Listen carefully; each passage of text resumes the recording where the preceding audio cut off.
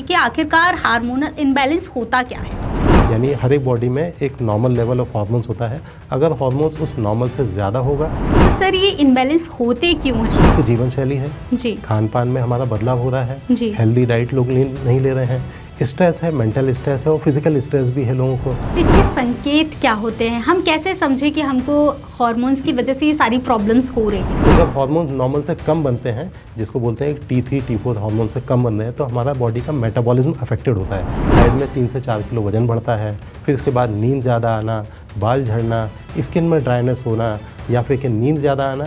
इसके साथ साथ में पेशेंट को अगर महिलाएं हैं तो उनको पीरियड्स में इरेगुलरिटी होती है, पीरियड्स बार बार आना, प्रेगनेंसी कंसीव होने में दिक्कत होना या फिर कि प्रेगनेंसी हो जाए तो अबॉर्शन हो के चांसेस बढ़ जाते हैं। तो हार्मोन्स कम होने से अलग शिकायत होती है, हार्मोन्स ज़्यादा होने से अलग शिकायत होती है, तो उनको लक्षण के रूप में हम पहचान सकते हैं। नमस्कार, समय नाम में आपका स्वागत है। मैं हूं ज्योति तिवारी।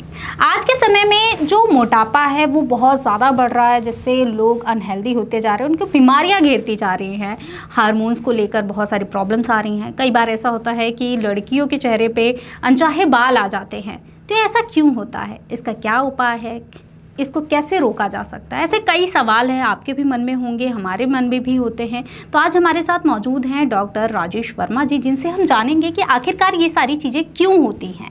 सर, बहुत बहुत स्वागत है आपका। धन्यवाद, बहुत बहुत धन्यवाद और मुझे इन्वाइट करने के लिए बहुत बहुत शुक्रिया। जी, thank you so much sir. Sir, सबसे पहले तो मैं आपसे यही जानना चाहूँगी कि आखिरकार हार्मोनल इम्बैलेंस होता क्या है? हार्मोन्स एक सिंपल लैंग्वेज में बोलें तो एक केमिकल मैसेंजर की तरह होते हैं जी। और ये हमारी बॉडी में अलग अलग ग्रंथियों से सिक्रीट होते हैं। ग्रंथि यानी ग्लैंड्स। तो हार्मोन के ग्लैंड्स होते हैं हमारे शरीर में, जैसे हमारी बॉडी में किडनी, लिवर, हार्ट, लंग्स ऐसे ऑर्गन्स होते हैं। इसी तरह से कुछ छोटी छोटी सी ग्रंथि होती हैं, इतनी बड़ी इतनी बड़ी इतनी बड़ी ऐसी। तो कुछ एक बॉडी में ग्रंथियाँ होती हैं जो कि कुछ एक ऐसे केमिकल्स सिक्रीट करती हैं जिनसे कि बॉडी के मेटाबॉलिज्म में, हमारी यौवन अवस्था के परिवर्तन है, हमारा सेक्सुअल जो बिल्ट होता है वैसा, हमारी हाइट है, हमारा ब्लड का ग्लूकोज है, इन सबको मेंटेन करते हैं। तो हमारी बॉडी में तमाम तरह के एंडोक्राइन ग्लैंड्स होते हैं। इनको एंडोक्राइन ग्लैंड्स बोलते हैं हम लोग मेडिकल में। जैसे कि फॉर एग्जांपल 5-6 एंडोक्राइन ग्लैंड्स के नाम बताता हूँ। जैसे ब्रेन में है, ब्रेन में पिट्यूटरी नाम का एंडोक्राइन ग्लैंड्स है, उसको हम मास्टर ग्लैंड बोलते हैं क्योंकि बॉडी के जितने भी ग्लैंड्स हैं, हार्मोन के ग्लैंड्स हैं, उन सबको वही कंट्रोल करता है। तो यहाँ से कई हार्मोन्स ऐसे बनते हैं जो कि पूरी बॉडी के हार्मोन्स को कंट्रोल करते हैं। फिर थायराइड की ग्रंथि, हम सब लोग जानते हैं थायराइड की ग्रंथि यहाँ गले में होती है, तो वो एक एंडोक्राइन ग्लैंड है। फिर थायराइड की ग्रंथि के अंदर ही एक पैराथायराइड की ग्रंथि भी होती है, वो भी एक हार्मोन बनाती है। प्लस इसके साथ में हमारी बॉडी में एक पेंक्रियाज नाम की ग्रंथि होती है, यहाँ पर लेफ्ट साइड में पेंक्रियाज नाम की ग्रंथि जो है ब्लड में ग्लूकोज को मेंटेन करती है। सेम ऐसे ही ना किडनी के ऊपर एक ग्रंथि रहती है जिसको हम एड्रिनल ग्रंथि बोलते हैं, वो भी कुछ हार्मोन्स रिलीज करती है। प्लस इसके साथ साथ में महिलाओं में ओवरीज होती हैं या पुरुषों में टेस्टिस होती हैं, जो कि महिलाओं वाले या पुरुषों वाले क्रमशः हार्मोन्स बनाती हैं। तो ये हमारी बॉडी में पूरे मेटाबॉलिज्म, बॉडी के एक्शन और बॉडी के विभिन्न तरह के फंक्शन जो हैं ये हार्मोन्स पे ही डिपेंडेंट है। और हार्मोन से डिपेंडेंट होने के कारण में कभी भी हार्मोन में अगर बैलेंस गड़बड़ होगा, यानी हर एक बॉडी में एक नॉर्मल लेवल ऑफ हार्मोन्स होता है, अगर हार्मोन्स उस नॉर्मल से ज़्यादा होगा तो भी कुछ गड़बड़ होगी, या हार्मोन्स नॉर्मल से थोड़ा सा कम होगा तो भी पेशेंट को थोड़ी सी गड़बड़ होगी। तो इसी बैलेंस का गड़बड़ होना, उसी को बोलते हैं कि हार्मोन्स नॉर्मल से कम हुए या ज़्यादा हुए, तो उसको इम्बैलेंस बोलते हैं। तो सर, ये इम्बैलेंस होते क्यों हैं? क्योंकि कई बार हमको समझ में नहीं आता, बट हमारे बॉडी में प्रॉब्लम्स स्टार्ट हो जाती हैं। जी। तो हार्मोन इम्बैलेंस होने के सबसे मुख्य कारण जो आज की जनरेशन में देखने में आता है वो ये है कि सुस्त जीवन शैली है जी। खान पान में हमारा बदलाव हो रहा है जी। हेल्दी डाइट लोग नहीं ले रहे हैं, स्ट्रेस है, मेंटल स्ट्रेस है और फिजिकल स्ट्रेस भी है लोगों को, तो इनके कारण में ये है। इसके अलावा कई एक ऐसी बीमारियां होती हैं, यूजुअली हार्मोन से संबंधित बीमारियां जो होती हैं उनमें एक तो होती है किसी तरह की कोई गठान हो जाए। तो हार्मोन की जितने भी ग्लैंड्स मैंने अभी बताए उनमें क्या तो किसी तरह का कोई गठान हो जाए या फिर किसी तरह का कोई ऐसा इन्फेक्शन हो जाए जिससे उसका साइज़ कम हो जाए या साइज़ नॉर्मल से ज़्यादा बढ़ जाए। तो इस वजह से उसमें हार्मोन का स्राव जो है, हार्मोन का सिक्रीशंस है, नॉर्मल से ज़्यादा हो सकता है या कम हो सकता है। तो इनकी वजह से कई बार ऑटोइम्यून डिजीज़ के वजह से भी होता है। ऑटोइम्यून डिजीज़ मतलब हमारी बॉडी की नॉर्मल जो सेल्स रहती हैं वो ग्लैंड्स की सेल्स को एबनॉर्मल समझ के उसको डिस्ट्रॉय कर देती हैं। तो इस वजह से वहाँ से हार्मोन्स बनना कम हो जाता है। तो हार्मोन्स कम और ज़्यादा होने के यही आजकल के मुख्य कारण हैं। तो इसके संकेत क्या होते हैं? हम कैसे समझें कि हमको हार्मोन्स की वजह से ये सारी प्रॉब्लम्स हो रही हैं? जी, तो जैसे अलग अलग जो एंडोक्राइन ग्लैंड्स होते हैं, जैसे पिट्यूटरी है, थायराइड है, पैराथाइड है, पेंक्रियाज है, गोनाड्स है, एड्रिनल्स है, इनके अपने अपने एक हार्मोन्स होते हैं। उनका हार्मोन्स का एक पर्टिकुलर एक्शन रहता है कि वो क्या काम करता है। जस्ट फॉर एग्जांपल, जैसे हमारी बॉडी में जो गले में थायराइड की ग्रंथि रहती है, ये ग्रंथि जो है वो थायराइड हार्मोन्स बनाती है। हार्मोन्स का नाम है T3 और T4। ये नॉर्मल हार्मोन्स थायराइड की ग्रंथि से बनते हैं और इनका कंट्रोल ब्रेन में पिट्यूटरी नाम की ग्रंथि होती है, इससे कंट्रोल होता है।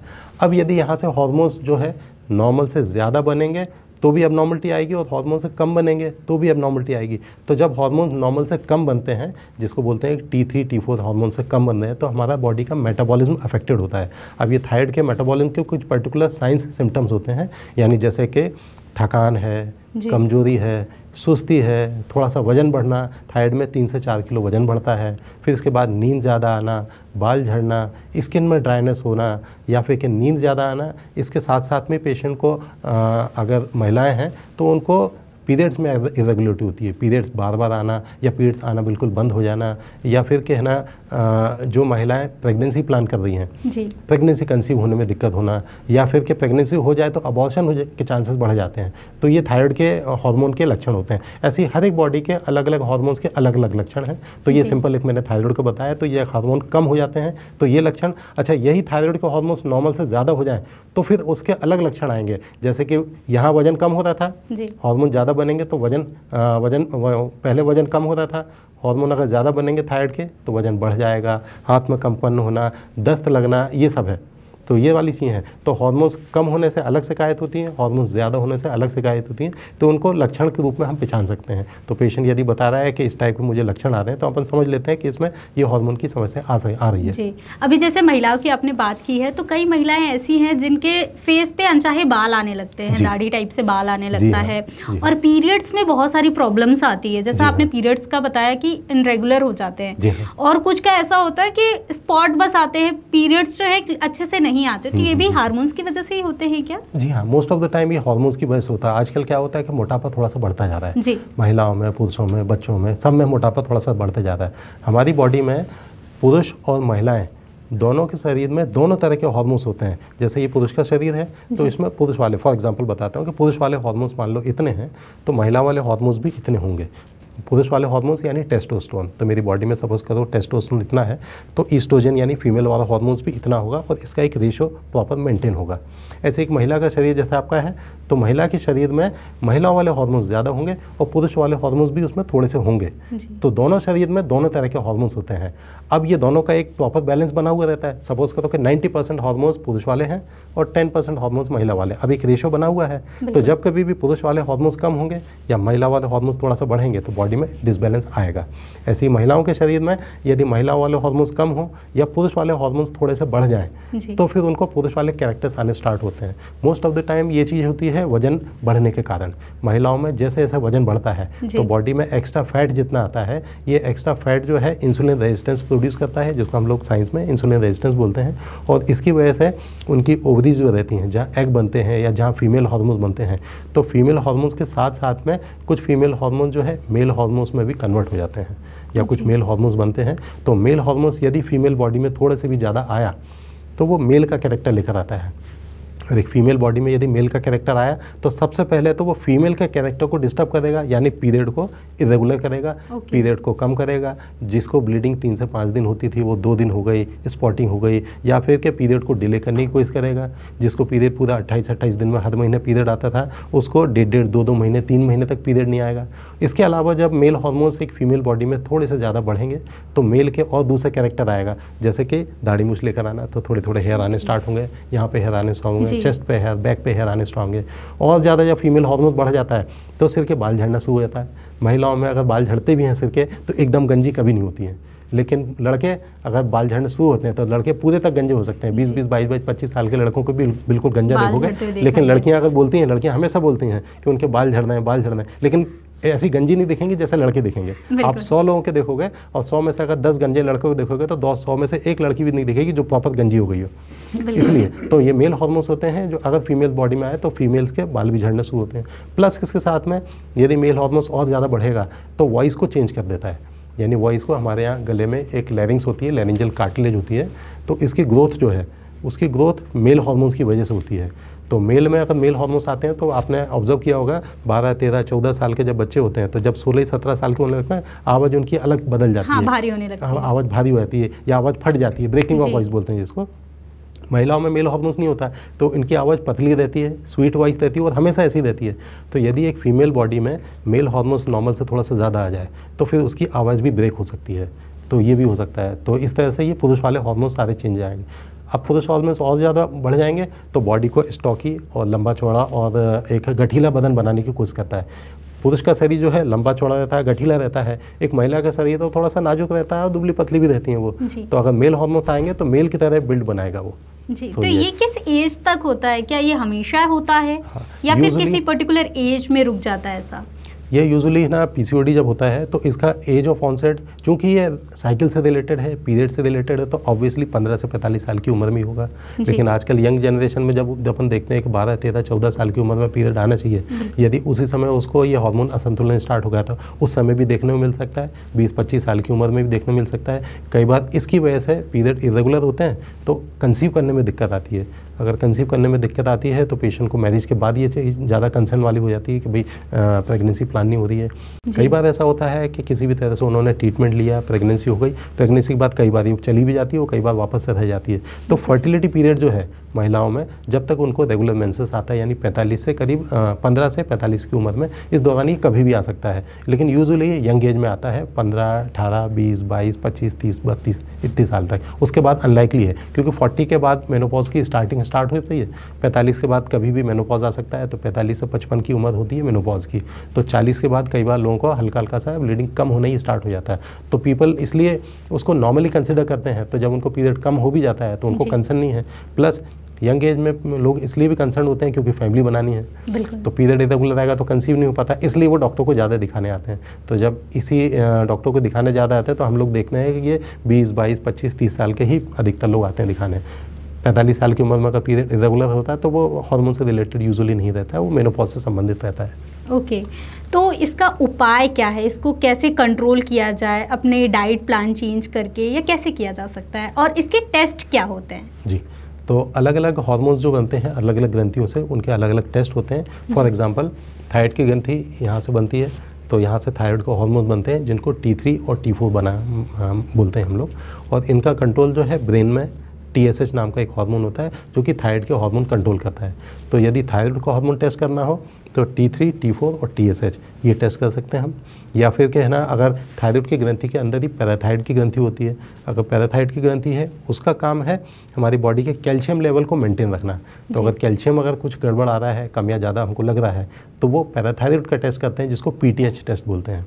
सेम ऐसी बॉडी में पेंक्रियाज नाम की ग्रंथि है, जो पेंक्रियाज ग्रंथि जो है इंसुलिन नाम का हार्मोन बनाती है। इंसुलिन की कमी के कारण पेशेंट को डायबिटीज़ हो जाती है, तो वो इंसुलिन के लिए इंसुलिन का टेस्ट किया जाता है, या C-पेप्टाइड करके एक और टेस्ट होता है, वो हार्मोन का टेस्ट किया जा सकता है। हमारी बॉडी में एड्रिनल नाम की जो ग्रंथि रहती है वो एक मेन हार्मोन बनाती है जिसको हम स्ट्रेस हार्मोन बोलते हैं, कॉर्टिसोल नाम का हार्मोन्स।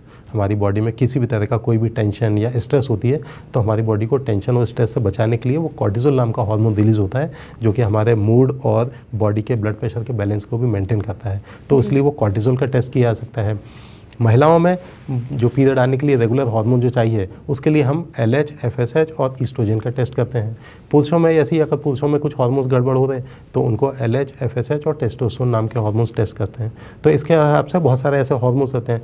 प्लस अगर किसी की हाइट बढ़ने में दिक्कत आ रही है तो पिट्यूटरी में जो कि मास्टर ग्लैंड है वहाँ से ग्रोथ हार्मोन नाम के हार्मोन्स का भी कंट्रोल वहीं से ही होता है। तो इसलिए वहाँ से ग्रोथ हार्मोन अगर कम बन रहे हैं तो ग्रोथ हार्मोन का टेस्ट कर सकेंगे। तो अलग अलग एंडोक्राइन के ग्लैंड्स हैं जहाँ से अलग अलग तरह के हार्मोन्स बनते हैं।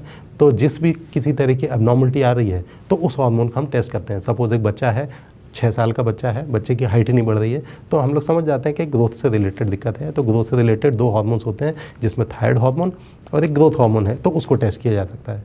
अगर पेशेंट को ऐसा लगता है कि डायबिटीज़ है, डायबिटीज़ लेकर आ रहा है और बच्चा है, डायबिटीज़ है, इंसुलिन से रिलेटेड है, तो फिर पेंक्रियाज का इंसुलिन के हार्मोन को टेस्ट किया। तो पेशेंट जिस तरह के सिम्टम्स लेकर आएगा, जिस तरह के लक्षण लेकर आएगा, तो उसको डिजीज़ के हिसाब से हम लोग वो हार्मोन टेस्ट कराते हैं। कई बार हमारे पास पेशेंट्स ऐसा आते हैं कि हमारी पूरी बॉडी के हार्मोन्स सारे टेस्ट कर दो। तो ऐसा कोई सिस्टम नहीं है कि सारे हार्मोन्स टेस्ट करो। ऐसा टेस्ट करने के तो सैकड़ों हज़ारों टाइप के टेस्ट होते हैं। तो हार्मोन्स भी बहुत सारे तरह के होते हैं। तो पेशेंट को जिस तरह की कॉमन कंप्लेंट्स हैं उसके हिसाब से वो हार्मोन टेस्ट किया जाता है।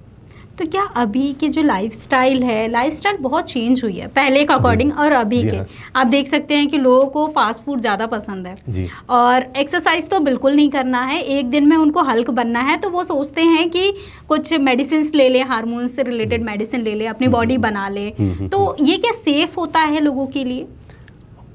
अब आज की जनरेशन में हम लोग देख रहे हैं, मैं कॉमन जब पेशेंट्स ओपीडी में हम देखते हैं तो हमारे पास दोनों तरह के पेशेंट्स आते हैं। एक वो होते हैं जो बहुत दुबले हैं जी, और उनको लगता है कि वजन बढ़ जाए।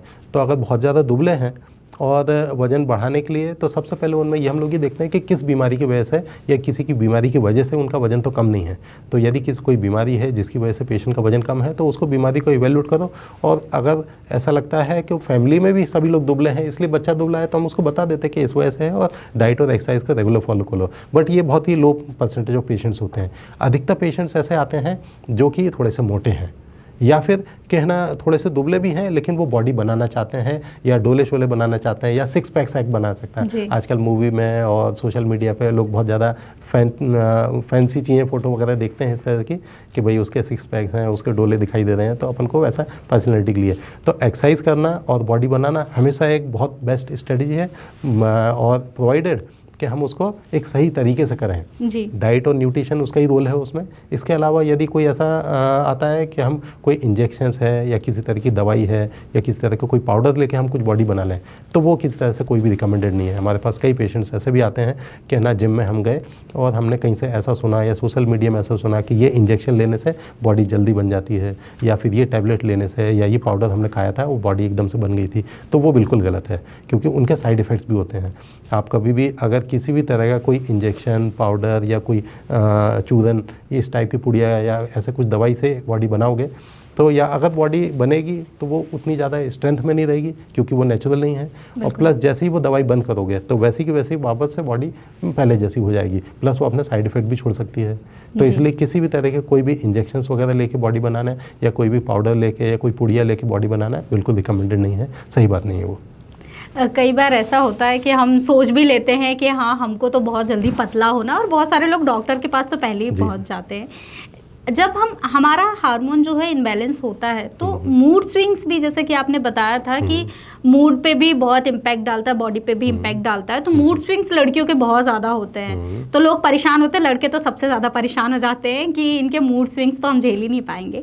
तो इसके लिए क्या करना चाहिए, इलाज क्या हो सकता है? हार्मोन की वजह से यदि मूड चेंज होते हैं तो most of the time hormones जो हैं, तो आपने देखा होगा बच्चे जब रहते हैं तो 4, 5, 6 साल के बच्चे रहते हैं तो लड़के और लड़की दोनों एक जैसे होते हैं। अगर बाल उनके प्रॉपर कट हैं और कपड़े एक जैसे पहने हैं तो हम लड़कों को और लड़कियों को बहुत ज़्यादा डिफ्रेंशिएट नहीं कर सकते ऊपर से देख के, ऐसा है ना, क्योंकि उनकी आवाज़ भी ऐसी पतली आवाज़ रहती है, दुबले पतले रहते हैं और खिलौने वालों से खेलते हैं। वो किस तरह का कोई अलग से उनका कोई बहुत स्पेसिफिक कैरेक्टरिस्टिक या फिजिकल कैरेक्टरिस्टिक अलग से ऐसा नहीं दिखाई देता। लेकिन जब लड़कियाँ 8-10 साल की होने स्टार्ट होती हैं या लड़के 11, 12, 13 साल के होने स्टार्ट होते हैं तो लड़कियों में महिलाओं वाले हार्मोन्स आने स्टार्ट होते हैं और लड़कों में पुरुषों वाले हार्मोन्स आने स्टार्ट होते हैं। अब महिला वाले हार्मोन्स आएगा तो एक लड़की को वो महिला की तरह डेवलप करता है जी। तो महिला वाले हार्मोन्स यानी मेनली ईस्ट्रोजन नाम का हार्मोन्स है जो महिलाओं को एक बच्ची को एक महिला की तरह डेवलप करता है। यानी हार्मोन्स जैसे जैसे बनेंगे तो उसको बच्चेदानी का डेवलपमेंट होगा, छाती बनना स्टार्ट होगा, फिर उसको स्किन में थोड़ा सा एक ग्लो आ जाएगा, बाल थोड़े से लंबे होंगे उसके, प्लस इसके साथ साथ में जो आप कहना चाह रहे हो ना कि मूड में चेंज आ जाएगा। तो ये मूड में चेंज आना, तो ये यदि महिला वाले हार्मोन्स आएंगे तो बच्चे को थोड़ा सा शाय बना देते हैं, थोड़ा सा शर्मीला बना देते हैं, अंतर्मुखी हो जाता है। जो जिसका फ्रेंड सर्कल 8, 10, 12 लोगों का था, अब 2 से 3 लोगों का फ्रेंड सर्कल हो जाता है। उसका टॉय का प्रेफरेंस चेंज हो जाता है। लड़कियां जो हैं वो गुड्डे गुड़िया से खेलना ज़्यादा पसंद की थी। अब सेम यही चीज़ अपोजिट अपन लड़कों में देखें। लड़के अगर हैं 6, 7, 8 साल तक तो ठीक है, लेकिन जब 11, 12, 13 साल के होने स्टार्ट होते हैं तो लड़कों में लड़कों वाले हार्मोन्स जब आने स्टार्ट होते हैं तो पुरुषों वाले जब हार्मोन्स आते हैं तो पुरुषों वाले हार्मोन्स जब आएंगे तो सबसे पहले वो उसको टेस्टोस्टेरोन अपन बोलते हैं। तो पुरुषों वाला हार्मोन्स मेन हार्मोन्स है टेस्टोस्टेरोन। तो वो सबसे पहले टेस्टिस के साइज़ को बढ़ाता है। टेस्टिस के साइज़ बढ़ेगा तो उसके साथ में प्यूबिक हेयर आना, एक्सिलरी हेयर आना, चेस्ट पे हेयर आना, पेनिस का साइज़ बढ़ना, उसके साथ साथ में लड़कों को दाढ़ी मूंछ आना, और उसके साथ साथ में लड़कों की बॉडी को बिल्ड को बढ़ाएगा, शोल्डर्स को ब्रॉड करेगा, हिप्स को थोड़ा सा नैरो करेगा, मसल की बिल्ड को बढ़ाएगा, प्लस इसके साथ में लड़की की आवाज़ का परिवर्तन करेगा, प्लस इसके साथ साथ में नेचर में चेंज लेकर आएगा।